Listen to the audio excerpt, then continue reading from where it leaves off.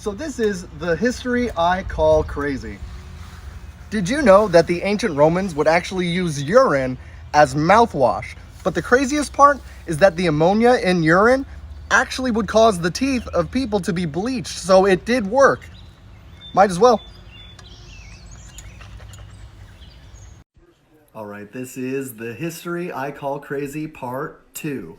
Did you know that the Fourth Crusade was led by a 95-year-old blind man, who by the end of the crusade was given the title Lord of 3/8 of the Roman Empire? Alright, this is the history I call crazy part 3. Did you know that World War II technically hasn't ended yet? There has never been a peace treaty signed between Russia and Japan officially ending the war between those two nations. So World War II technically still rages on. This is the history I call crazy part 4.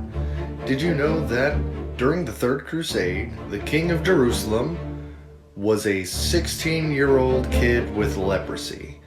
His name was Baldwin IV, and he led the Kingdom of Jerusalem in battle against the great Saladin and saw great successes while leading his army from his couch. Alright, this is the history I call crazy part 5. Did you know that the founder of Rome was named Romulus? The first emperor of Rome was named Augustus, which is a little bit funny because the last emperor of Rome was named Romulus Augustus. This is the history I call crazy part 6. Did you know that one of the Crusader queens of Jerusalem had one of the most insane loopholes of all time? Her name was Sibylla, and she was the sister of Baldwin IV, who is the topic of Thick Part 4, so be sure to check that one out. But Sibylla was set to inherit the throne. But there's a problem. She was married to this man by the name of Guy of Lusignan, and Guy was not a popular guy in Jerusalem. The royal courtiers of Jerusalem forced Sibylla to make some sort of agreement. They did not like him. They wanted him removed. So, Sibylla said this, that she would divorce Guy of Lusignan if she could choose who her next husband was. So, the courtiers agreed. Sibylla divorces her husband. She is proclaimed Queen of Jerusalem.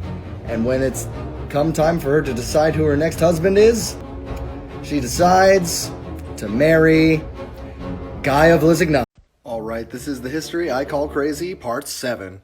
Did you know that there was an English monarch that ruled for such a short amount of time that you've probably never even heard of her? Her name was Lady Jane Grey, and she became queen when Henry VIII's son, Edward VI, died young in 1553. This was in accordance with Henry's will at the time. But Henry still had other children who could inherit, like Mary, eldest daughter of Henry VIII and sister of Edward VI, who was also married to the King of Spain at the time. She had a stronger claim to the throne, and she began to rally her supporters in East Anglia, and as soon as the royal council heard that this was happening, they removed Lady Jane Grey from the throne after ruling for just 9 days. Alright, this is the history I call crazy, part 8.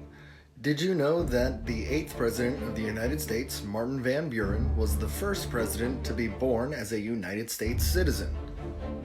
But the crazier fact is that the next president, William Henry Harrison, was so much older than Van Buren that he had been born as a British subject in the colonies. Alright, this is the history I call crazy, part 9. Did you know that without the Philadelphia Eagles fans throwing snowballs at Santa Claus, we would have never had that distasteful Kendall Jenner Pepsi ad? The 1968 Eagles sucked. They started that year with 11 straight losses. But the silver lining in the playbook was that one of the best prospects in history was set to be drafted in that year's draft. The Eagles fans hoped to get the first overall pick and by right be able to get that prospect. But to their dismay, the Eagles win 2 of their remaining games, dropping them back to the second overall pick. The Eagles are tied at halftime in the last game of the season, and the Eagles fans are frustrated at this point. They've now had a season where they have a detrimental year, and they don't even get to pick the player that they want. Who is that prospect? His name was O.J. Simpson. You might have heard of him. The Eagles ended as the second worst team in the league behind the Buffalo Bills. The Bills draft O.J. Simpson. O.J. Simpson meets his girlfriend in Buffalo, and then O.J. Simpson definitely doesn't unalive her later. And who is O.J. Simpson's lawyer in that famous case? Robert Kardashian. Robert Kardashian's fame from this case launches his career and his family into the reality TV scene. Then we get Kim Kardashian and all of the Keeping Up with the Kardashians franchise, and finally we get to that Pepsi advertisement with Kendall Jenner. So to summarize, if the Eagles had simply lost those last games of the season, they would have drafted O.J. Simpson. O.J. Simpson would have gone to Philadelphia, would have never met his girlfriend in Buffalo, might not have committed any sort of crimes, and we might not have seen that distasteful advertisement. Alright, this is the History I Call Crazy, Part 10. Do you know how the first Crusader state was established? The story behind it is crazy.